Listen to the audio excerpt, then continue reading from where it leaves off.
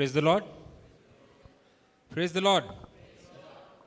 बच्चे टीन्स के लिए जा चुके हैं, संडे स्कूल के बच्चे संडे स्कूल में जा चुके हैं, तो हमारा जोश कम नहीं होना चाहिए। जरूरी नहीं है कि बच्चे ही जोश देते हैं। So praise the Lord, Praise the Lord. yes, I am so glad and excited that we are back once again on this series. This is something very special to my heart. और मैं बहुत आनंदित और उत्साहित महसूस करता हूँ कि मैं इस सीरीज के ऊपर बात करने के लिए दोबारा एक बार आया हूँ, क्योंकि ये जो बातें मेरे दिल की बहुत करीब हैं। As you know, as a church, we are parallelly working on or going through two different series. और हम जानते हैं हमारे कलिशा में दो सीरीज जारी हैं। On regular Sundays, the first, second and third Sunday, we go through the book of Thessalonians. और हम हर महीने के पहले 3 रविवार हम थिस्सलुनीकियों की पत्री से हम शिक्षा पा रहे हैं। And the fourth Sunday or the last Sunday of every month, we are working on this particular series, which is the series on work.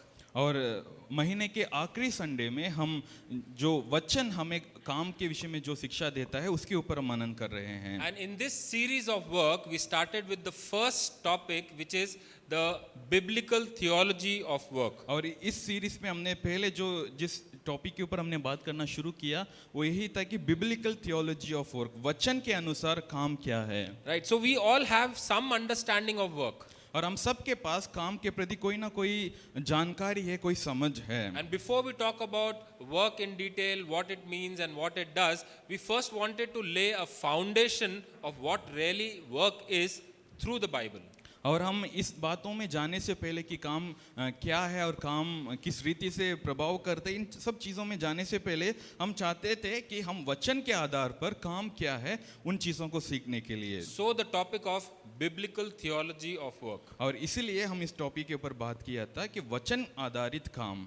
So biblical theology of work, it is basically divided into 4 parts. और इस बात को हमने 4 भागों में बांटा था। Can anyone remember what are these 4 parts? क्या कोई याद कर सकते हैं कि ये 4 पार्ट्स क्या थे? If you were there in the last session, maybe you remember. What are these 4 parts? यदि पिछले सेशन में जब इसके ऊपर बात की है तब आप रहे होंगे तो आपको याद रहेगा 4 भाग क्या था? Basically, if you know the Bible, it is basically the division of the Bible only. यदि आप वचन बाइबल की डिविजन्स को जानते हैं तो वही था जिसके ऊपर हमने बात किया The था। 4 parts are, it is the story of work, but we are understanding the story of work from God's perspective. और ये काम के कहानी है, लेकिन हम इस कहानी को परमेश्वर के दृष्टिकोण से समझने की कोशिश कर रहे So the थे। 4 parts are creation, और उसमें जो पहला भाग आता है रचना, fall, और उसके बाद पाप, redemption, और उसके बाद छुटकारा देना, and then restoration. और उसके बाद पुनरुत्थान करना। So these are the 4 parts which will help us to understand the theology of work. और यही जो 4 भाग है जो हमें काम के विषय में जो वचन की ज्ञान बताती है उसे समझने में हमारी मदद So करेगा। we started with the first part in the month of July, और हम जुलाई महीने में पहले पार्ट को हमने देखा and we went through the creation story, और हमने उस रचना की कहानी से काम के विषय में शिक्षा पाया। right? And we understood that the story of work does not start with us, but it starts with God. और जो काम की शुरुआत जो हो हमसे शुरू नहीं होता बल्कि वो परमेश्वर से शुरू होता है, इसे हमने सीखा। In the very first chapter, we see God is creating, making, forming, and He's doing something wonderful. और पहले ही अध्याय में जो वचन के पहले ही अध्याय में हम देख सकते थे कि परमेश्वर कुछ बना रहा है, कुछ रचना कर रहा है, कुछ चीजों को नया उत्पन्न कर रहा था। And the Bible says that all this was work. और वचन ये बताता है कि ये सारे चीज जो परमेश्वर कर रहे थे वे सब काम हैं। And then He made man in His own image. और उसके बाद परमेश्वर मनुष्य को परमेश्वर का ही स्वरूप में बनाया है। He blessed them, and then He entrusted whatever He had made to man. और परमेश्वर ने इंसान को बनाने के बाद उन्हें आशीष दिया और जो कुछ भी परमेश्वर ने बनाया अपने हाथों से उसे मनुष्य के हाथों में सौंप दिया। So Genesis 1:28 tells us about this blessing. और उत्पत्ति 1:28 इस आशीष के विषय में हमें बताता है। God told them to fill the earth, subdue it, have dominion over every living thing. और परमेश्वर ने इस प्रकार के एक आशीष दिया था कि इंसान को इस धरती को भरना है और उस पर जो कुछ भी है उन पर प्रभुता रखना है। As a part of that story, we saw and we heard that God had made a garden which was like paradise. और उस कहानी में हमने इस बात को देखा था कि परमेश्वर ने एक बगीचे को बनाया जो बिल्कुल स्वर्ग जैसा था। And He placed man in that garden so that he could flourish. और परमेश्वर ने इंसान को जिनको उन्होंने बनाया उसी उसी वाटिका में रखा ताकि वहां से वो बढ़ सके। And we also discussed that there was something really amazing about this garden. और हमने इस बात को भी देखा था और हमने चर्चा किया था कि उस बगीचे के बारे में कोई बड़ी खूबसूरत एक बात थी। Can anyone remember and tell me what was the amazing thing about this garden? क्या आप में से किसी को याद है कि वो खूबसूरत बात क्या था? You can think and you can tell me. आप सोच सकते हैं और आप जवाब दे सकते हैं। What was the amazing thing about this garden? इस बगीचे के बारे में क्या खूबसूरत बात थी? What do you think? क्या हो सकता है?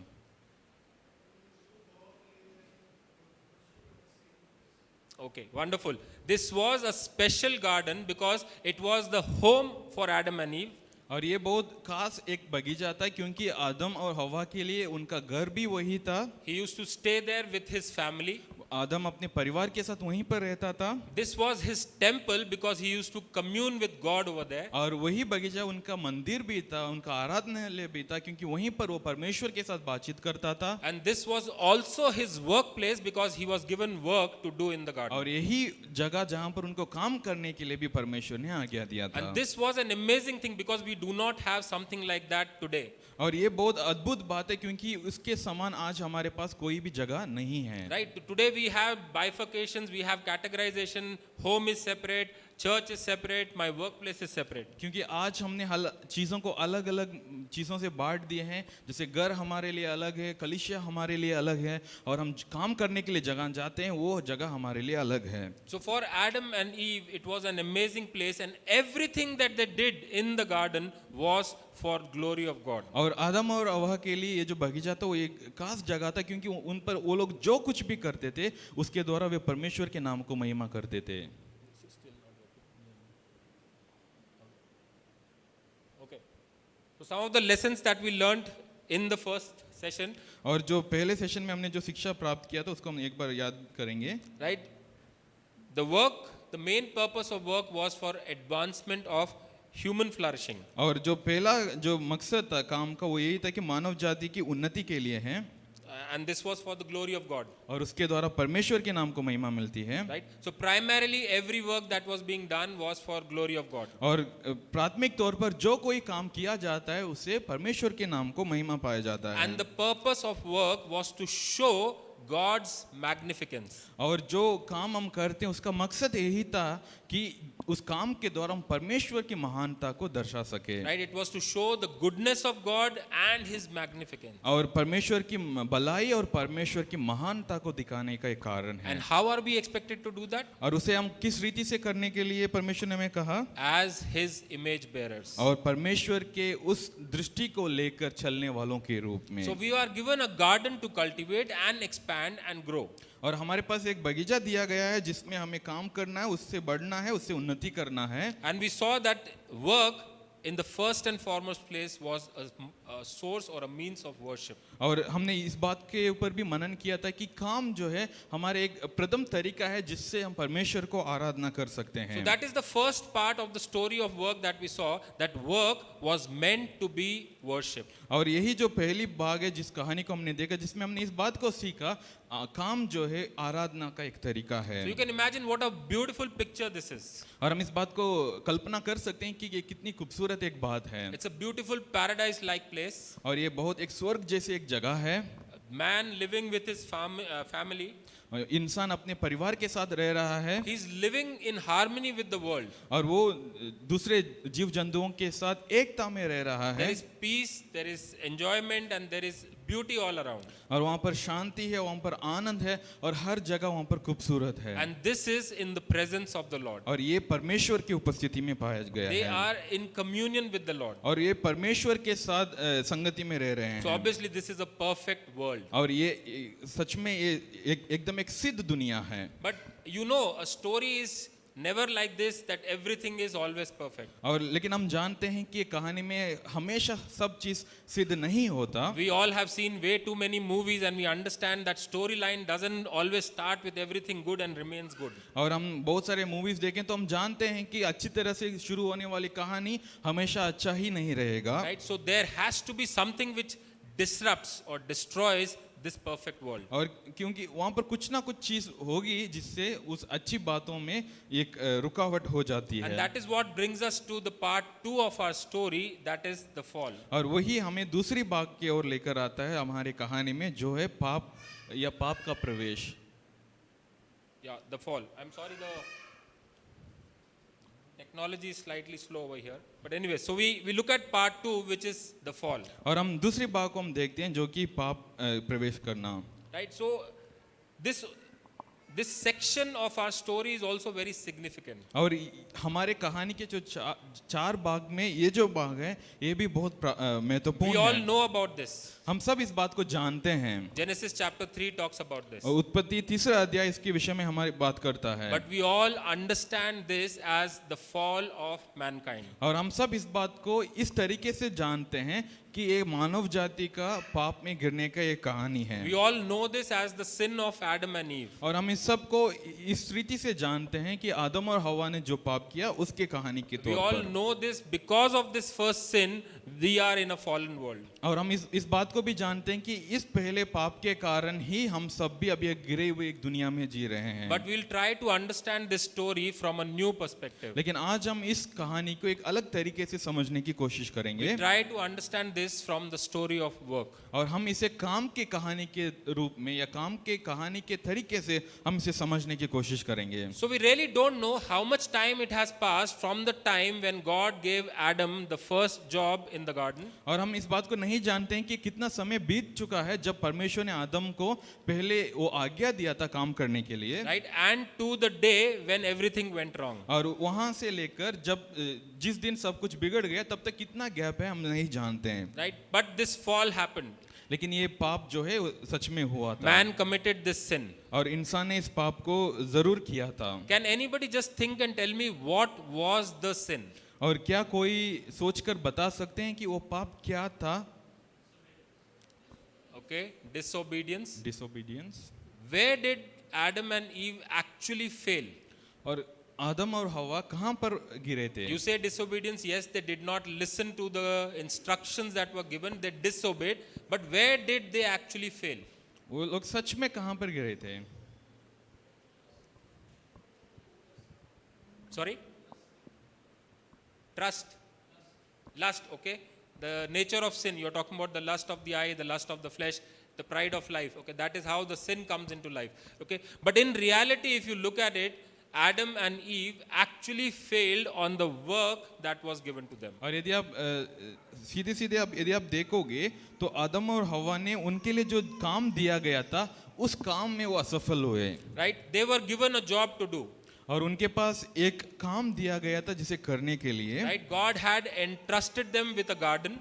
परमेश्वर ने उन पर भरोसा रखकर उनको एक बगीचा दिया था देखभाल करने के They लिए, were supposed to steward that garden. और उसको देखरेख करने का काम था उनको, They were supposed to guard that garden. और उसे सुरक्षित रखना था उनका काम। Right? But they failed on both of these counts. और लेकिन इन्होंने इन दोनों कामों में असफल रहे। You know the story well. The Satan comes up to Eve. और हम इस कहानी को अच्छे से जानते हैं कि शैतान वो हवा की तरफ आता है, Right? Satan, who is an enemy of God and enemy of mankind. और शैतान जो कि परमेश्वर का दुश्मन और मानव जाति का दुश्मन है। But instead of protecting the garden from the Satan and throwing him out of the garden, Eve is having a conversation with Satan. लेकिन जब शैतान उस बगीचे के अंदर प्रवेश करता है उसको बाहर भगाने की बजाय हवा क्या कर रही थी, उस शैतान के साथ बात करना शुरू कर रही थी। Right? So instead of protecting the garden, they are having a communication with the one who has come to destroy it. और उस बगीचे को सुरक्षित रखने की बजाय हवा ने क्या किया, उस व्यक्ति के साथ बात करना शुरू किया जिस व्यक्ति ने उस बगीचे को नाश करने के लिए आया है। And we know by the end of that conversation, they are now trying to use the garden for their own benefit. और हम जानते हैं कि उस बातचीत जब खत्म हुई है तब उसके बाद क्या हुआ, वे लोग अब उसी बगीचे को इस्तेमाल कर रहे थे अपने फायदों के लिए। They are abusing the authority that God had given them over the garden which they were supposed to safeguard. और जो अधिकार परमेश्वर ने उनको दिया था उसको वो दुरुपयोग कर रहे थे और अपने फायदे के लिए वहां पर वो काम करना शुरू किए थे। And right away they knew that they have done something wrong. और वहीं से उनको पता चल गया था कि उन्होंने कुछ गलत किया है। Right?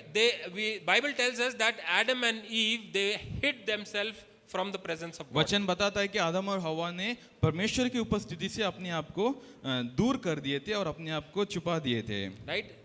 Why did they hid themselves? और क्यों उन्होंने ऐसे किया? Okay. They realized that they were naked, but was that the real reason? They were naked right from the beginning. Right? They knew that God, supposedly their boss, is coming. और क्योंकि वो जानते हैं कि परमेश्वर जो कि उनके मालिक है वो वापस आ रहा है उस दिन। So God is coming and He is daily coming into the garden. He is coming to see Adam and Eve, have interaction with them, right? But this time, Adam and Eve are hiding. और हम जानते हैं कि हर दिन परमेश्वर आदम और हवा से मिलने के लिए उस बगीचे में आता था और उनसे बातचीत करता था, लेकिन आज के जिस दिन ये पाप हुआ था उस दिन ये दोनों परमेश्वर से छुप गए थे। Right? This is a feeling I think we all have experienced some point or the other. और ये जो फीलिंग है जो कभी ना कभी हमने भी महसूस किए होंगे। In our workplaces, in our jobs, when we do a job wrong, we know the consequences. और हमारे कार्यस्थल पर, हमारे दफ्तर पर यदि हम कोई काम गलत कर देते हैं तो हमें पता है कि इसका परिणाम क्या होगा। We know that it will come somewhere or the other and it will have an impact on our performance reviews. और ये हम जानते हैं कि ये इसके परिणाम जो है जरूर हमारे परफॉर्मेंस के ऊपर असर देगा। Right? And you get a performance review which is either average or poor. और हमारे जो परफॉर्मेंस जो है या तो खराब आ सकता है या एवरेज आ सकता था। Right? So we know at the end of maybe a quarter, at the end of maybe a year, we see a performance review and we see the comments of our supervisor or our boss which tells us our work was not good. और जब भी साल में एक बार जब हमारे review हमें दिया जाएगा जिसमें हमारे सुपरवाइजर या हमारे मैनेजर जो लिखते हैं उसमें फिर हम देख सकते हैं कि हमारे काम अच्छे नहीं थे। But there could be a worse consequence. और उसमें और भी कुछ खराब हो सकता है। Right? We could get fired. और हम मतलब हमें नौकरी से निकाला भी जा सकता We है। may lose our job. हम अपनी नौकरी को खो सकते हैं। Right? So if you are not doing a job properly, you may lose that job. और यदि आप सही रीति से काम नहीं कर रहे हैं तो आप अपने काम को खो भी सकते हैं। Today the world and the organizations, they work on a hire and fire policy. और आजकल जो कंपनीज हैं वो इस रीति से काम करते हैं कि हायर एंड फायर, यानी लोगों को फटाफट चुन लो और फटाफट उनको नौकरी से They निकाल can भी hire दो। anyone easily, they can fire anyone easily. और किसी को भी काम में यूं ही ले सकते हैं और किसी को भी काम से यूं ही हटा सकते हैं। So what happens when you are fired from a job? और यदि आपको काम से निकाला जाता है तो क्या होगा? What do you think? आप क्या सोचते हैं?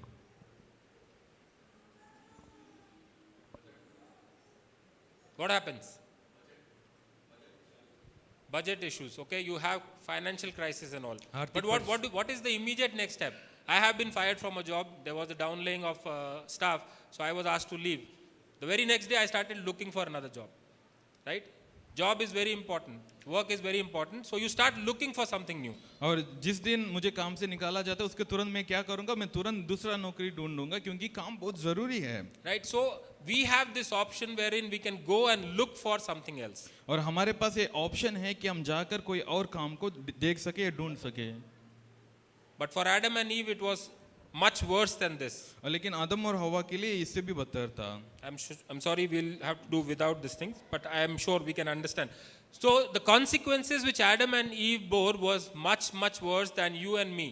और जो परिणाम आदम और हवा को भुगतना पड़ा वो हमसे भी बहुत बदतर था। Yes, they did lose their job. हाँ, उन्होंने अपने काम को खोया। We know the Bible tells us that they were thrown out of the garden. और वचन बता रहा है कि वे बगीचे से बाहर निकाले गए थे। But do you think they had the option of finding another job?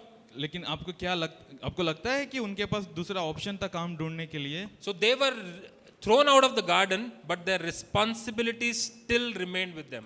उन्हें बेशक बगीचे से बाहर निकाला गया था लेकिन उनकी जिम्मेदारियां वहीं रही है। Right? God did not say, now you are not my image bearer, now you don't have to do whatever I had asked you to do. परमेश्वर ने ये नहीं कहा है कि अभी तुम मेरे दृष्टि को लेकर चलने वाले नहीं हो और अभी तुम्हें कोई काम करने की जरूरत नहीं है। So they were still responsible to represent God.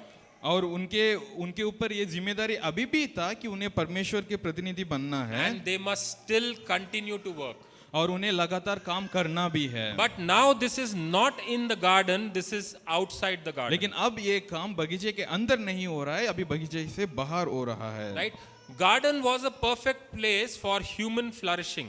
और बगीचे जो था वो एक सही जगह था जहाँ पर इंसान बढ़ सकता था, But outside the garden, the conditions are different. लेकिन उस वाटिका के बाहर चीजें बहुत अलग थी। So this is the story of the fall that we are trying to understand. What happened to work after the fall? और यही जो कहानी है जो हम इस पाप के इस कहानी से हम सीखना चाहते हैं कि काम जो पाप के बाद काम के साथ क्या हुआ है। So we see that the conditions of work changed radically. और काम करने के तरीका जो है बदल गया था। The world where they are now supposed to be working is cursed because of sin. और जो दुनिया जिस पर उन्हें काम करना है वो बदल गया है क्योंकि उस पर श्राप आई हुई है। So let's just take out our Bibles at Genesis chapter 3 verses 17 to 19. आइए हम अपने बाइबल को खोलेंगे उत्पत्ति अध्याय 3 वचन 17 से 19 तक। I'll request someone to read it in English and then in Hindi. और मैं अनुरोध करूंगा कि कोई इंग्लिश और हिंदी में हमें पढ़कर सुनाए।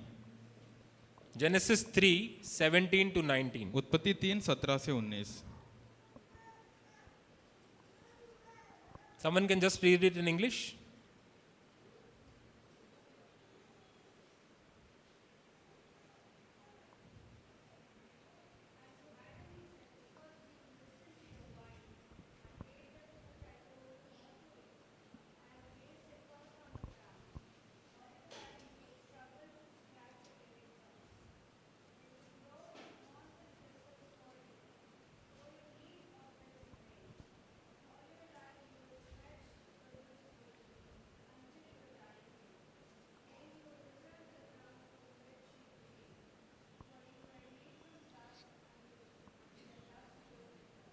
Right. In Hindi also, if someone can read in Hindi.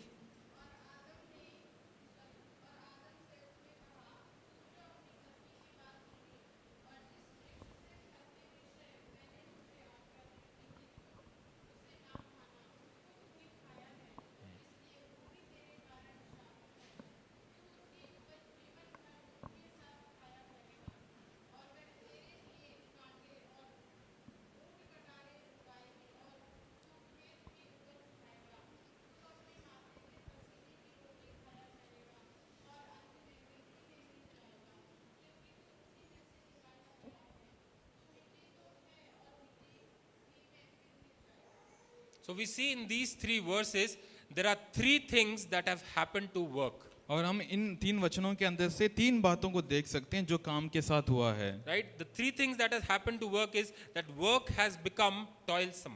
और उसमें हम देख सकते हैं कि 3 बातों में पहली बात है इस पाप के बाद काम जो है कठिन हो गया है। Right? Verse 17 tells us that work has become toilsome. और वचन 17 हमें बताता है कि काम कठिन हो गया है। Right? Verse 18 tells us that work has become futile or fruitless.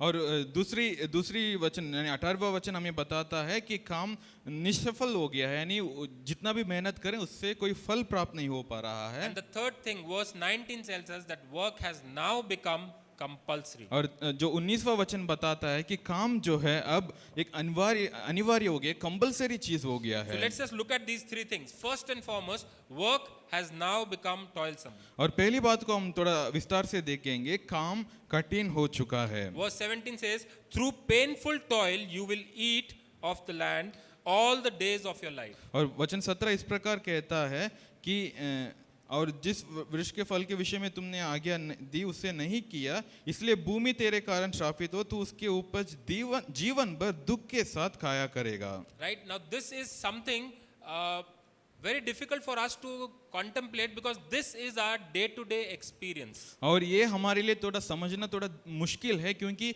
यही हमारे दिन प्रतिदिन की एक रूटीन है। All of us on a daily basis are doing this, putting in hard work, efforts, so that we can earn and we can eat. और हम में से सब लोग इस चीज को हर दिन करते हैं, मेहनत करते हैं, मुश्किलों को सामना करते हैं ताकि हमारे पास खाने के लिए कुछ मिल सके। You know, so it is very difficult for us to imagine what would work have been like before this, before the fall. What would be the work situation like for Adam and Eve? तो इसलिए हमारे लिए समझना काफी मुश्किल है कि मतलब पाप के पहले फिर काम किस रीति से हुआ करता था। But this is true. After the fall, work has become hard, work has become difficult. और ये सच है कि पाप के बाद काम जो है कठिन हो चुका है। However much you may like a job, you may be enjoying your job, you may be doing well in your job, but there are situations, there are times when work becomes tiresome, work becomes painful.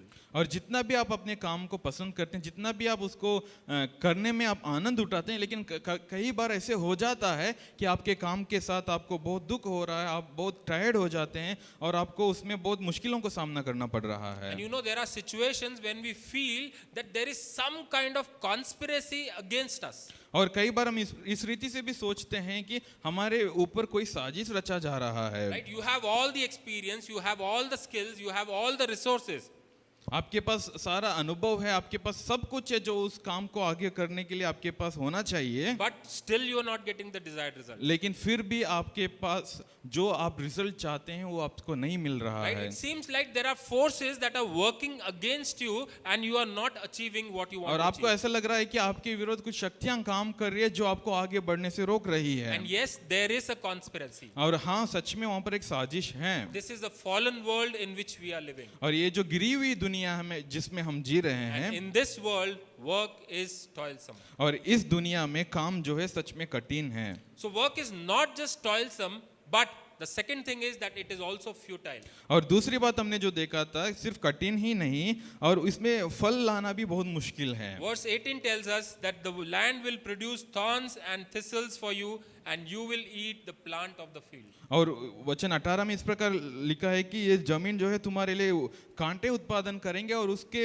मेहनत से और उसके ऊपर जो पेड़ पौधे होंगे उससे तुम खाया करोगे। You know, the word is very clearly telling that you will painfully put in hard labor, right, in order to eat the produce of the land. और वचन साफ तरीके से बता रहा है कि आप मेहनत के साथ, कठिन परिश्रम के साथ आप जमीन के ऊपर काम करोगे ताकि आपको कुछ खाने के लिए मिल सके। You know, the expectation is that when you are putting in hard work, when you are putting everything with full labor and zeal and everything, you expect good results. और जब आप बहुत मेहनत करते हो तो आपको आपके मन में यही विचार होता है कि आपको अच्छा परिणाम मिल सके। But here it says, because the ground is cursed, it will also produce thorns and thistles. लेकिन यहाँ पर वचन कह रहा है कि जबकि ये जमीन जो श्रापित है तो इसलिए उसकी परिणाम भी हमें देखने को मिलता है। This is futility, this is fruitlessness. और यही है जो असफल रहना या फल प्राप्त करने में हम कोई क्षमता ना रखना। But what does this mean for you and me? और ये हमारे लिए क्या है आज? Right? This actually defines the lack of satisfaction for us. और ये इस बात को हमें दर्शाता है कि काम के प्रति हमारे अंदर कोई संतुष्टि नहीं होता है। Right? Our aspirations, we always try to achieve and accomplish our aspirations, but we are never able to reach them because they keep on moving. और हम हमेशा कुछ ना कुछ हासिल करने के लिए कोशिश करते हैं, कुछ मंजिल तक पहुंचने के लिए कोशिश करते हैं, लेकिन कभी वो पूरा नहीं होता क्योंकि वो मंजिल आगे बढ़ता जाता So है there is lack of satisfaction. और वहां पर संतुष्टि नहीं मिलती है। I may have a goal, I accomplish this, but then I want something else. और मेरे पास एक लक्ष्य होता है और शायद मैंने उसको पूरा भी कर लेता हूँ, लेकिन मेरे पास एक नया लक्ष्य बन जाता And है। this aspect of work is never going to change. और ये जो तरीका है काम के प्रति ये कभी बदलने वाला नहीं है। You know, inside the garden for Adam and Eve, work was expansion of the utopia. और जो बगीचे के अंदर जो आदम और हवा का काम क्या था, उस जो सुंदर दुनिया को और बढ़ाना था। Right? They were already in a paradise-like garden. They were supposed to expand that garden, expand that utopia. वे लोग पहले से एक स्वर्ग जैसे दिखने वाले एक बगीचे में रहते थे और उनका काम यही था कि उस बगीचे को और बढ़ाना, उसे और विस्तार करना। You know, but outside the garden, our work can never produce a utopia. और लेकिन बाहर ऐसा काम हो गया है जिस काम के द्वारा कभी भी एक सुंदर दुनिया नहीं बन पाती। And so we may not be satisfied with whatever work, whatever efforts we are putting in. और इसलिए हम जो कोई मेहनत या जो कोई काम करते हैं उससे हम कभी भी संतुष्टि नहीं पाते। Why? Because the very ground on which we are working is cursed. और क्योंकि जिस जमीन के ऊपर हम काम कर रहे हैं वो स्वयं श्रापित है। You know what is the strange thing? That these two aspects of work, these two modified aspects of work, which is toilsome and futility, they run against the understanding of the modern world. और ये जो कठिन परिश्रम करना, मेहनत करना और उससे ज़्यादा फल प्राप्त नहीं करना, ये दुनिया की जो मॉडल है उसके विपरीत चल रहा है। Modern world looks at something very different. और जो नई दुनिया जो है वो चीज़ों को अलग नज़रिया से देखता है। Right? And that is good also. और वो अच्छी बात भी है। right? There is one excerpt from the Google executive over here, and he says that our generation insists that work be fulfilling and fruitful, and that it is fully fit for our talents and our dreams, and that it does something amazing for the world.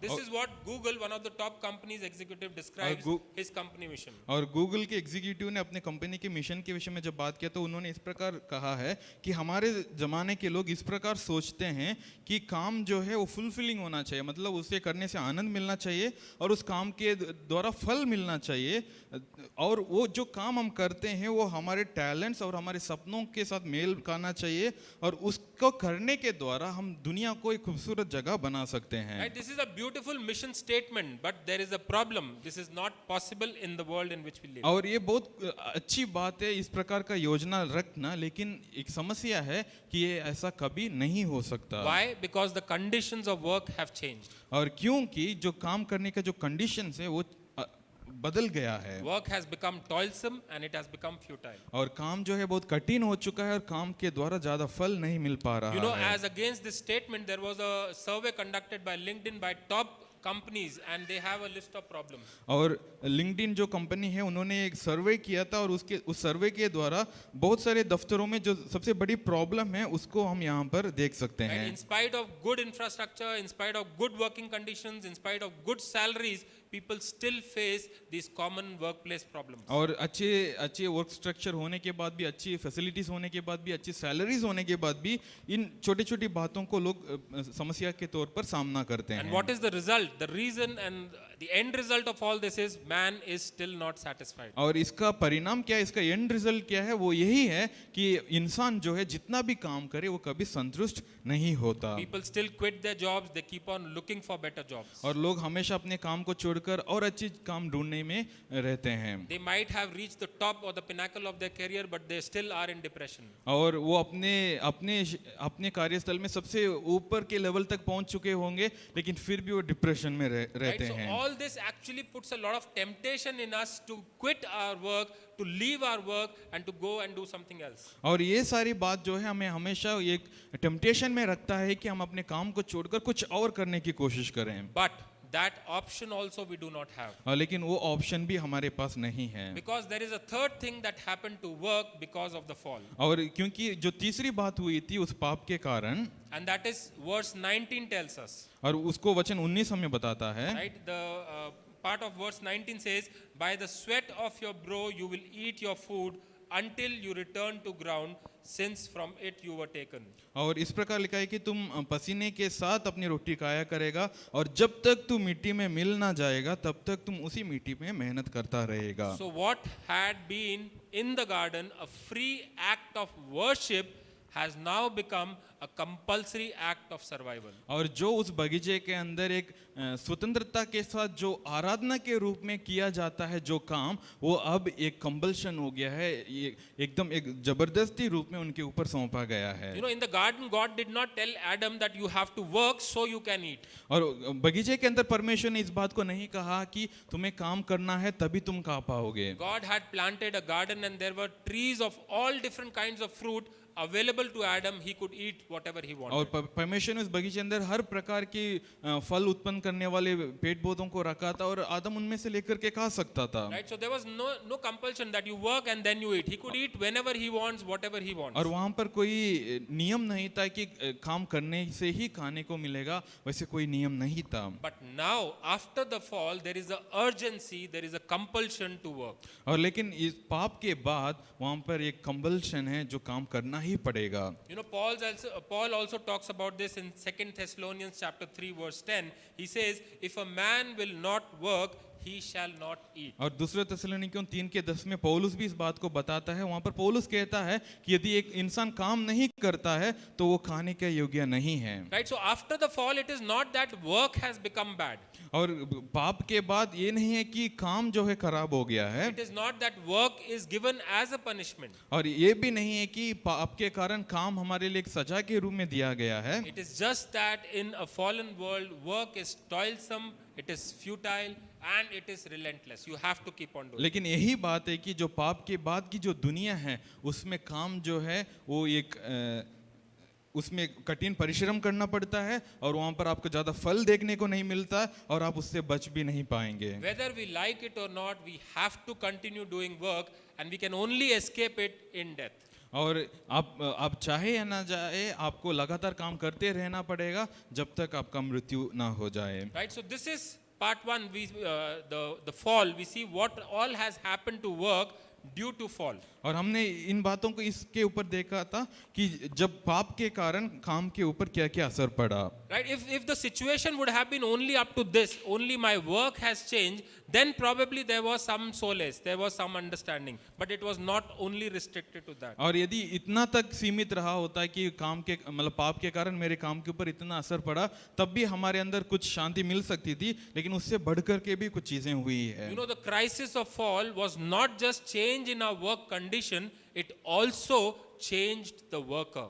और जो पाप के कारण जो मुसीबतें काम के ऊपर आई है वो सिर्फ काम के ऊपर ही नहीं आया है, लेकिन जो काम करने वाला है उसके ऊपर भी कुछ चेंजेस आए हैं. So in a fallen world, the fallen worker no longer works to worship God, but he works to worship himself. और जो पाप के दुनिया में जो काम करने वाला इंसान वो अब सिर्फ परमेश्वर की आराधना के लिए काम नहीं कर रहा है, वो अपने मन के लिए अपने उन्नति के लिए काम कर रहा है. Right? Or he is working to worship idols. और ना तो वो मूर्तियों को या जो उसे बनाता है उसको आराधना करने के लिए वो लगा हुआ है. Right? So we now look at a scene, a picture of work outside the garden. और हम इसके बाद बगीचे के बाहर के काम की तस्वीर को हम देखते हैं. You know, Genesis chapter 4 tells us about the descendants of Cain and the descendants of Seth. और उत्पत्ति 4 अध्याय हमें जो कैन और सेत की वंशावली के बारे में बताता है. Can anybody tell us who is Seth?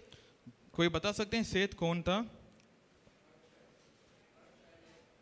He is the third child of Adam and Eve, right? After Abel was killed by Cain, right? Adam and Eve had another son, Seth, who replaced Abel. और सेत जो है आदम का तीसरा बेटा था जब Kine ने Abel को मार दिया था और उसके बाद परमेश्वर ने आदम को सेत दिया था. So the Bible tells us that Cain is busy building a city. He is into agriculture and he is busy building a city. और वचन हमें बताता है कि काइन जो है वो खेती करने में और एक शहर बनाने में तुला हुआ था. Right? And the different aspects of work have been elaborated for us. और काम के अलग-अलग तरीकों के बारे में यहाँ पर हमें बताया गया Right? है. Verse 17 tells us about the city that they are building. और वचन 17 हमें इस बात के बारे में बताता है जो शहर वो लोग बना रहे थे. Verse 20 tells us about Lamech, who is a descendant of Cain, and his generation ahead, who are people who live in tent and who take care of the agriculture and livestock. और वचन 20 से हम देख सकते हैं लामन जो व्यक्ति है जो टेंट में रहता था और आगे बढ़कर के अलग-अलग चीजों को करता है, उसके विषय में भी यहाँ पर लिखा हुआ है. Verse 21 talks about Jabal, another descendant of Cain. और 21वें वचन में युबाल के बारे में बात किया जा रहा है. Right? And he is basically known as the father of music.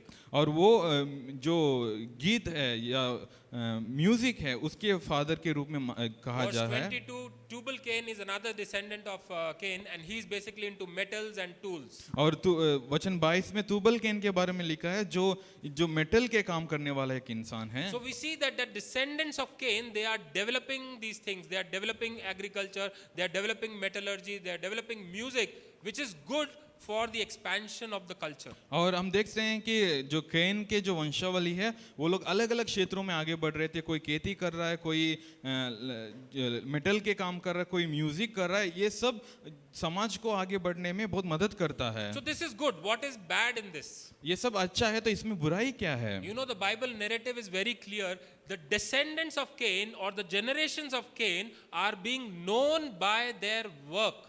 और वचन हमें साफ तरीके से बताता है कि कैन के जो वंश के लोग हैं वे सब अपने काम से ही पहचाने गए हैं. Their identity is because of their work. और उनके पहचान उनके काम के द्वारा ही उन्हें मिला है. Right? This generation, he is the father of music. This generation, he is the father of metallurgy. So they are known by the work that they are doing. ये सब वो जो काम करते हैं उस काम के द्वारा ही उनके पहचान मिल चुका है इनको. Their identity comes from their work. और उनके पहचान जो है उनके काम से प्राप्त किया गया Now see है। the contrast over here. The descendants of Seth, we do not know what is the work they are doing. लेकिन उसके विपरीत यदि आप सेत की वंश के बारे में देखोगे तो वो जो कर रहे थे या क्या कर रहे थे वो हमें नहीं पता। Right? The Seth line, which is a godly line, they are not associated with any work in the Bible. और जो सेत की वंश के लोग हैं बाइबल के अंदर उनके बारे में कोई भी काम को हम नहीं देख पाते हैं। Bible simply tells us that they are those who began to call upon the name of the Lord. लेकिन वचन सिर्फ इतना बताता है कि उसी समय से लोग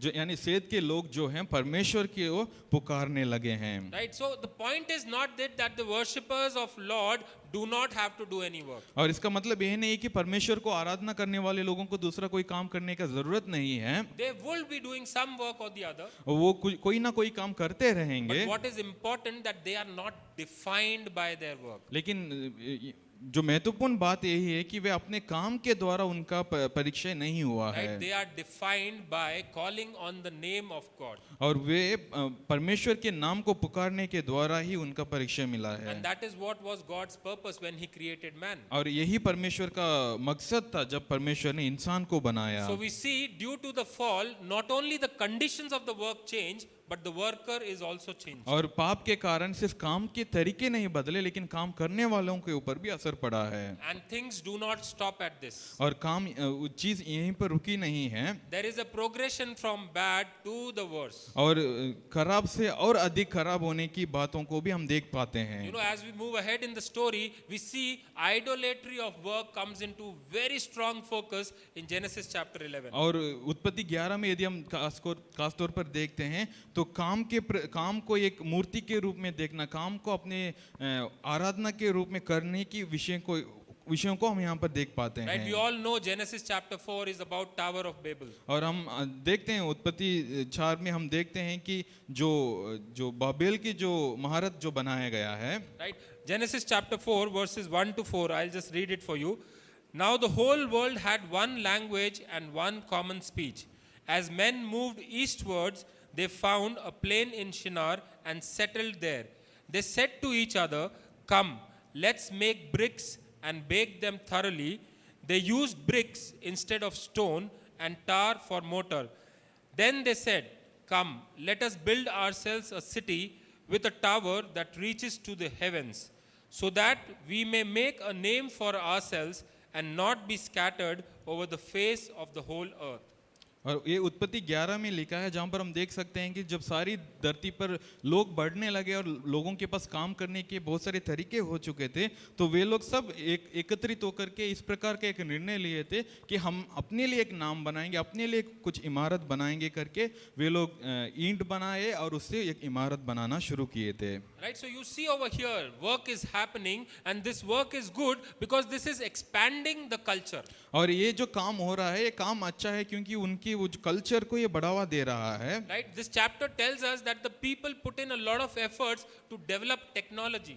और यहाँ पर हम देख सकते हैं कि लोगों ने बहुत मेहनत किया कुछ टेक्नोलॉजी में आगे बढ़ने के They are लिए। not using the old means of stone to build a city, they are now using bricks. और पहले जैसे वो लोग पत्थरों को इस्तेमाल नहीं कर रहे थे बिल्डिंग्स बनाने के लिए, अभी वे लोग ईंटों को इस्तेमाल करने लगे। So what they are doing is actually good for human flourishing, expansion of culture, expansion of mankind. और ये जो कर रहे हैं वो मानव जाति की बढ़ोतरी के लिए बहुत अच्छी बात है। Right, but this is not the only good that was there because they wanted something else. और लेकिन यही मतलब ये अच्छी बात यही नहीं था क्योंकि ये लोग इस प्रकार सोच रहे थे कि उनको और कुछ चाहिए। Bible tells us that they were looking for an identity in the work that they were doing. वचन बताता है कि वो जो काम कर रहे थे उससे वो अपना पहचान को ढूंढ रहे थे। They wanted to make a name for themselves. वे अपने लिए एक नाम बनाना चाह रहे थे। Right? They say very clearly, let's make a name for ourselves. वचन सही रीति से हमें बताता है कि वो लोग इस प्रकार कह रहे थे कि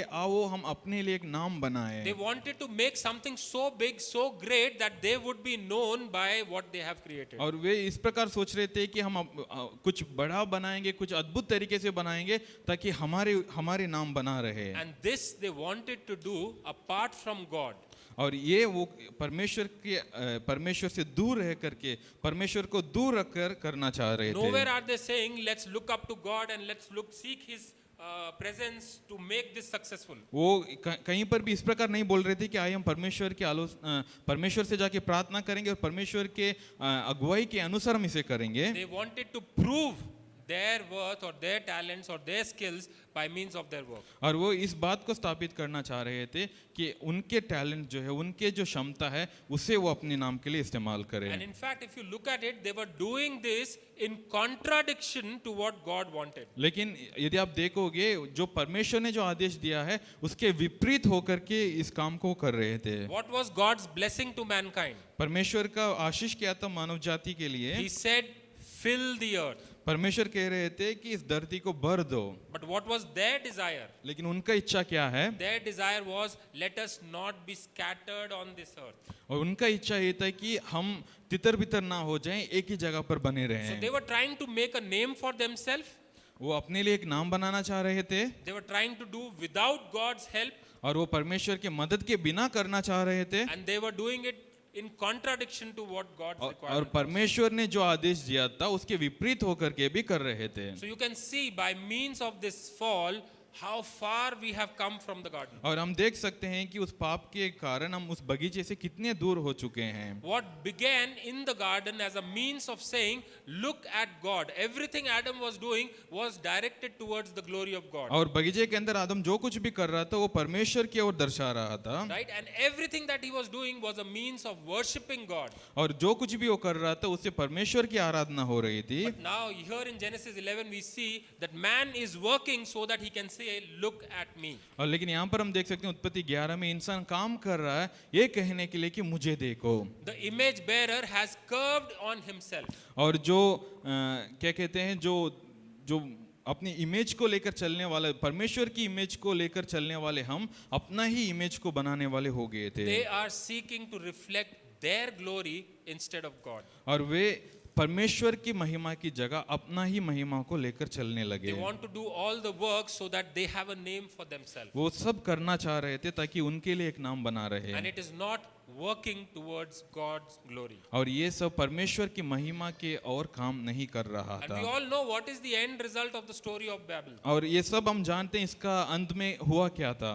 God comes down and he judges this idolatrous generation. और परमेश्वर नीचे उतर कर आकर ये जो लोग हैं उन पर न्याय किया। But a big question for you and me is, what about us? और एक सवाल जो आज मुझे और आपको पूछना है कि हमारे बारे में क्या है। Right? We may very easily say, look, we are not like those people. We do not worship idol. We do not make work our idol. और हम कह सकते हैं कि हम तो उन लोगों के जैसे नहीं है, हम मूर्तियों को आराधना नहीं करते, हम अपने काम को मूर्ति नहीं बनाते। But however much we try, we are still living in this fallen world. और हम जितना भी कोशिश करें हम इस गिरी हुई दुनिया में जी रहे हैं। Right? And whether we like it or not, like our ancestors, we also have shifted our focus on the work. और हम चाहे या ना चाहे हम भी हमारे जो दर्शन है, हमारी जो इमेज है, हम परमेश्वर से दूर कर दिए हैं जिस रीति से इन्होंने किया था। Right? Our focus is not on God, but on the things that God has given us. और हमारा ध्यान जो है अभी परमेश्वर के ऊपर नहीं है, लेकिन परमेश्वर ने हमें जो दिया है उन चीजों के ऊपर हमारे ध्यान आ चुका Right? So है। idols in your life may not necessarily be just the work. और हमारे जीवन के ऊपर जो मूर्ति जो है वो सिर्फ हमारे काम ही नहीं रहेगा, But it could be many other things. और वो उससे भी और उससे बढ़कर के और भी चीजें हो सकता है। You know, you are struggling, you have done your college, you have done your degree, you have done your graduation. Now you are searching for job and you are praying hard for the job. और आप अपने पढ़ाई कर लिया, अपने college समाप्त कर लिया और अब आप बहुत मेहनत करके और प्रार्थना के साथ आप एक नया नौकरी ढूंढ रहे हैं। Right? And there are other people also who are praying along with you. और आपके साथ और भी लोग आपकी काम के लिए प्रार्थना कर रहे हैं। God listens to your prayer परमेश्वर आपकी प्रार्थना को सुनता है and he gives you a job. और आपके लिए परमेश्वर एक नौकरी देता है। What do? फिर हम क्या करते We हैं? become very happy. हम बहुत आनंदित हो जाते We put हैं in a lot of efforts in the work. और हम बहुत मेहनत, बहुत परिश्रम को डालते हैं अपने कामों I के want to ऊपर। do well in my job. मुझे अपने काम में बहुत अच्छे से परफॉर्म करना I है, want to grow in my job. मुझे अपने काम में बढ़ना है। Right? But in doing that, I forget and I don't have time for God now. और इन सारे चीजों को करने के बीच में मैं परमेश्वर को भूल जाता हूँ और परमेश्वर के लिए समय नहीं होता है। I want to work as much as I can. मैं जितना हो सके उतना काम करना चाहता I हूँ। want to work on Saturdays, I want to work on Sundays. मुझे शनिवार और संडे को भी मुझे काम करना है, I want to work late in nights, I want to work early in the morning. और मुझे रात भर काम करना और सुबह सुबह उठकर भी मुझे काम करना है। Is it not that work has become an idol for me? क्या ये सच है कि काम आपका मूर्ति बन चुका है? But we don't stop at that. हम उसमें रुकते भी नहीं, We are sick, हम बीमार पड़ जाते we are हैं, on bed. हम बिस्तर में पड़े हुए हैं Cry out to the Lord for healing. और हम परमेश्वर को और पुकारते हैं चंगाई के लिए, Our family prays with us. और हमारे परिवार हमारे साथ मिलकर प्रार्थना The करती है, church prays with us. कलीसिया हमारे लिए प्रार्थना करती है। God is gracious. परमेश्वर दयावान है He blesses me with health. और वो मुझे अच्छी ताकत से आशीष करता He है, gives me healing. वो मुझे चंगाई देता है, And I am so thankful to God. और मैं परमेश्वर को धन्यवाद करता हूँ। And I realize that my lifestyle has not been healthy. और उसके बाद मैं सोचता हूँ कि हाँ, मेरे जीवन शैली जो है अच्छी नहीं है, I put in extra effort and I put in hard work and I start jogging, exercising, gymming. और तो उसके ऊपर मैं मेहनत करूँगा, मैं सुबह उठकर दौड़ना शुरू करूँगा या जिम ज्वाइन करूँगा, Right? I have put in all additional efforts. I start taking some sports. I put in extra efforts morning, evening. I take all the necessary precautions for my health. मैं हर प्रकार की चीज़ों को करने लगूंगा, कोई sports लेकर के खेलना शुरू करूंगा ताकि मैं अपने शरीर को तंदुरुस्त रख सकूं। So in the month of February, I did my full body scan. I was diagnosed with diabetes and it was a very high blood sugar level I had. फरवरी महीने में जब मैंने अपना फुल बॉडी चेकअप किया था तो मुझे diabetes है करके पता चला और हाई लेवल पर था, तो उसके ऊपर मैं दवाई वगैरह लेना शुरू किया। Doctor said, look, it is very important. You have to take the medicines, but you also have to do exercise, walk, maybe some kind of sports. और डॉक्टर ने बोला कि हाँ, ये ज़रूरी है, आपको दवाई लेना है, लेकिन उसके साथ साथ आपको एक्सरसाइज भी करना है, कोई स्पोर्ट्स भी करना ज़रूरी है। So I have been in Gurgaon for almost 8 years. और मैं गुड़गांव के अंदर लगभग 8 साल से रह रहा And हूँ, I have a very busy schedule. I have very hectic work life. और मेरे पास बहुत ज़्यादा काम है, तो मैं बहुत बिजी रहता हूँ। But because this was concerning my health, I made sure I still take out about an hour every day morning to put in exercise, jogging, whatever I have to do. लेकिन उसके बावजूद भी ये मेरे शरीर के ऊपर की बात है, तो मैं हर दिन सुबह 1 घंटा निकालता हूँ और काम करने, एक्सरसाइज करने लगता हूँ। So God gives healing and we start focusing on health. और परमेश्वर हमें चंगाई देता है, लेकिन उसके बाद हम अपने हेल्थ के ऊपर ध्यान देना शुरू कर देते हैं। Please don't try to misunderstand me. I'm not saying job is not important. You should not give efforts over there. Health is not important. You should not give efforts over there. All I'm trying to say is we look at what God has given and where my focus goes. और आप इस प्रकार गलत मत सोचिएगा कि मैं ये कह रहा हूँ कि काम ज़रूरी नहीं है, आपके हेल्थ के ऊपर ध्यान देना ज़रूरी नहीं है, लेकिन मैं ये बताना चाहता हूँ कि परमेश्वर जो हमें देता है उसके प्रति हम क्या नज़रिया रखते हैं और उसके प्रति हम क्या करते हैं। For my work's sake, for my health's sake, I might take out extra time. I might make time to put in that effort for health, for jogging, for exercise. और मेरे काम के प्रति या मेरे हेल्थ के प्रति मैं शायद एक्स्ट्रा समय निकालूंगा और उसके लिए मेहनत भी करूंगा। But we always have compromises when it comes to God, when it comes to church, when it comes to Bible study. लेकिन यदि परमेश्वर की बात आती है, कलीसिया की बात आती है, वचन पढ़ने की बात आती है, तो हम उसमें समझौता कर देते हैं। You know another example, we pray for a life partner. और हम एक और उदाहरण है कि हम जीवन साथी के लिए प्रार्थना करते Right? We हैं, pray that we get a good life partner. और हम एक अच्छा जीवन साथी के लिए प्रार्थना करते हैं, And God blesses us with a good life partner. और परमेश्वर हमें आशीष भी करते हैं एक अच्छे जीवन साथी के And साथ। surprisingly, our life takes a turn and we start spending time in pleasing the life partner. और जीवन वहाँ से बदल जाता है और हम अपने पूरा समय अपने जीवन साथी को प्रसन्न करने में व्यर्थ करते हैं। God gives you something as a blessing परमेश्वर आपको कुछ चीजों को आशीष के तौर पर देता है, and we start focusing on that blessing instead of the God who gave us that और blessing. लेकिन हम उस आशीषों के ऊपर ध्यान लगा देते हैं, इसके सिवाय कि हम परमेश्वर के ऊपर ध्यान लगाएं। Is this not similar to what was happening in Genesis 11? और क्या ये उसके समान नहीं है जो उत्पत्ति 11 में हम देखते हैं? God gave them wisdom. परमेश्वर ने उन्हें ज्ञान दिया, God gave them technology. परमेश्वर ने उन्हें टेक्नोलॉजी दिया, God helped them to expand the culture. परमेश्वर ने उन्हें उनके कल्चर को बढ़ाने के लिए मदद God किया, gave them means by which the human could flourish. और परमेश्वर ने सब कुछ दिया जिसके द्वारा इंसान बढ़ सके। But instead of going back to God and glorifying God, they started looking at themselves. लेकिन परमेश्वर को महिमा देने के बजाय, परमेश्वर के पास जाने की बजाय ये लोग अपने नाम को बढ़ाने लगे, Right? And we know what was the end result. और उसके बाद हम जानते हैं कि उसका एंड क्या हुआ। God's judgment came upon them. परमेश्वर के न्याय उनके ऊपर आया। Should we also not face the same judgment? क्या हम भी इसके लायक नहीं थे कि हमारे ऊपर भी परमेश्वर की जजमेंट आए? Are we not going in that same direction? क्या हम भी उसी दिशा में नहीं जा रहे हैं? Right? The end could be very disastrous for us. और जो परिणाम जो है, जो अंत जो है, हमारे लिए भी बहुत मुश्किल हो सकता है। But praise God, this is still not the end of the story of work. लेकिन हम प्रभु को धन्यवाद देते हैं क्योंकि इस कहानी का अंत ये नहीं है। Right? We see that there is a problem, and due to fall, there are consequences and there are changes in work. और हम जानते हैं कि पाप के कारण बहुत सारे परिणाम हैं, बहुत सारे बदलावट हुए हैं।